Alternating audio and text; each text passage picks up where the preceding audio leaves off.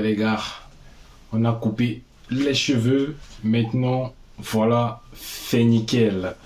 Alors, bienvenue si tu es dans cette vidéo parce que nous allons parler d'un motif très important et très mystérieux.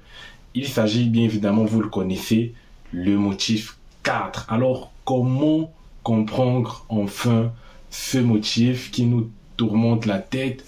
Comment comprendre pourquoi vous avez ce motif? Eh bien, on va en parler dans cette vidéo. Mais avant de commencer, les gars, abonnez-vous, abonnez-vous, abonnez-vous. C'est très important. Et laissez un commentaire sans oublier de liker. Donc, vous avez 3 choses à faire gratuitement.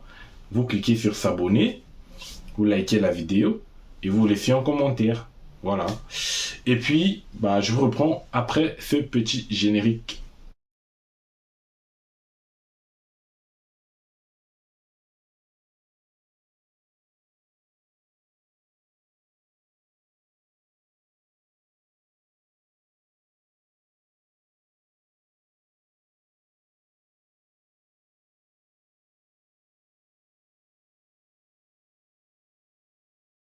Donc pour revenir concrètement dans la vidéo, comme je vous ai dit au début, nous allons parler d'un motif très ambigu, d'un motif très mystérieux. Il s'agit du motif 4 de refus de visa. Alors c'est quoi le motif 4? De quoi parle le motif 4? Qu'est-ce que ça mentionne? Bien évidemment, vous le savez déjà, le motif 4 dit vous n'avez pas fourni d'éléments suffisamment probants permettant à l'autorité consulaire de s'assurer que votre séjour en France à des fins d'études ne présenterait pas un caractère abusif. Voilà, donc c'est tellement long et quand on a ce motif, on ne sait vraiment pas pourquoi, on ne sait vraiment pas ce qui a marché dans le dossier. Eh bien, je vais vous donner tous les secrets à savoir sur le motif 4. Alors, restez attentifs et je commence tout de suite. Alors, premier élément à savoir sur le motif 4, c'est que le motif 4 est d'abord lié à votre avis SCAC. Premièrement, l'avis SCAC, vous devez le savoir quand vous passez vos entretiens Campus France, est soit favorable, soit défavorable. Et tout le monde le sait, lorsqu'un avis SCAC est défavorable, sachez vraiment que ça va jouer et beaucoup jouer dans la suite de votre procédure. C'est pour ça que il est important de vraiment valider son entretien.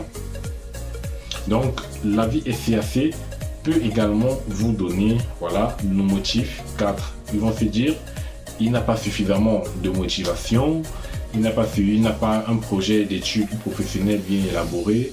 Ça veut dire que, bon, voilà, il veut juste aller en France et tout. Et on vous colle un motif 4. C'est pour ça que vous devez tout faire lors du dépôt pour être cohérent. Soyez cohérent vraiment si vous avez fait une lettre de motivation, que tout soit correct et cohérent. C'est ça la clé pour éviter ces motifs. Et donc le deuxième élément à savoir avec ce motif 4, c'est que le motif 4, vous pouvez l'avoir également lorsque vous justifiez de trop d'éléments dans votre dossier. C'est-à-dire le consulat vous demande par exemple, un exemple concret, 615 € par mois. Ça c'est le minimum bien évidemment, c'est-à-dire vous pouvez faire plus. Mais si quelqu'un il fait jusqu'à 900 € par mois, ça devient problématique. Si le consulat vous demande les 3 derniers relevés bancaires et que vous donnez les 5 derniers ou les 4 derniers relevés bancaires, là également ça devient problématique. C'est-à-dire il faut donner uniquement ce que le consulat vous a demandé. Vous avez le droit bien évidemment de rajouter des éléments, mais ne faites pas beaucoup, n'en faites pas beaucoup. Les éléments que je peux dire que vous pouvez rajouter à votre dossier, ce sont les lettres explicatives ou des documents que vous jugez importants à l'étude de votre dossier. Donc ça c'est également un truc à savoir. Donnez uniquement les choses nécessaires. Si vous bourrez votre dossier de trop d'éléments, c'est avec ce motif que vous allez finir. Et donc un élément aussi important qui peut vous donner le motif 4, c'est lorsque votre dossier ne reflète pas un caractère réel des études. Et oui, bien évidemment, il y a des dossiers qui ne montrent vraiment pas que la personne souhaite aller étudier. Vous allez mettre une admission, vous allez mettre, je sais pas, une attestation d'inscription, mais c'est pas ça qui va prouver à l'autorité consulaire que vous voulez vraiment aller étudier pour revenir dans votre pays.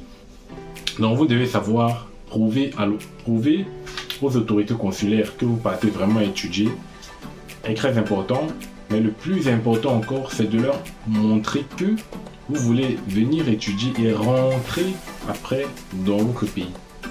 Voici un élément également qui peut vous permettre d'éviter ce motif parfois ambigu, c'est de montrer au consulat que vous allez étudier, un peu travailler pour avoir l'expérience et rentrer plus tard dans votre pays. C'est ça qu'ils veulent entendre. Ils ne veulent pas des gens qui vont venir caler en France. C'est ça. Donc, essayez vraiment de mentionner ça dans les lettres de motivation. Et donc, il y a beaucoup de personnes qui m'ont écrit « Est-ce que la lettre de motivation est obligatoire ?» Ceci, cela. Non, c'est pas obligatoire, mais c'est nécessaire. Ça peut jouer de façon positive pour vous, surtout si vous avez un avis assez défavorable, comme je l'ai mentionné dans une précédente vidéo. La lettre de motivation permet de compenser un avis assez défavorable. Voilà, donc si vous ne savez bien évidemment pas quel avis a été émis, faites une lettre de motivation et au cas où elle est défavorable, la lettre de motivation peut venir en fait changer tout au niveau de celui qui étudiera votre dossier. Voilà, donc c'est également un document important. Vous pouvez le retrouver sur ma chaîne. J'ai fait une vidéo sur la lettre de motivation, donc n'hésitez pas à aller consulter la chaîne. Voilà, donc les 3 éléments qui peuvent vous donner ce motif, eh bien, il y en a vraiment beaucoup.